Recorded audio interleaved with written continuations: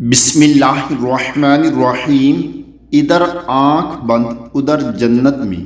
رسول اللہ صلی اللہ علیہ وآلہ وسلم نے فرمایا، جو شخص یقین کامل کے ساتھ صبح کی نماز کے بعد سید الاستغفار پڑھے گا، اگر اسی دن شام سے پہلے مر گیا تو سیدھا جنت میں جائے گا۔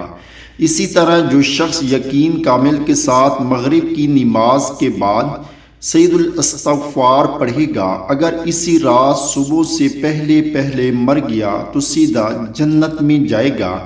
اللہم انت ربی لا الہ الا انت خلقتنی وانا عبدک وانا علی عہدک ووعدک ما استطعت اعوذ بک من شر ما صنعت ابوء لک بنعمتک علی وابوء بذنبی فاغفر لی فإنہ لا یغفر الذنوب الا انت۔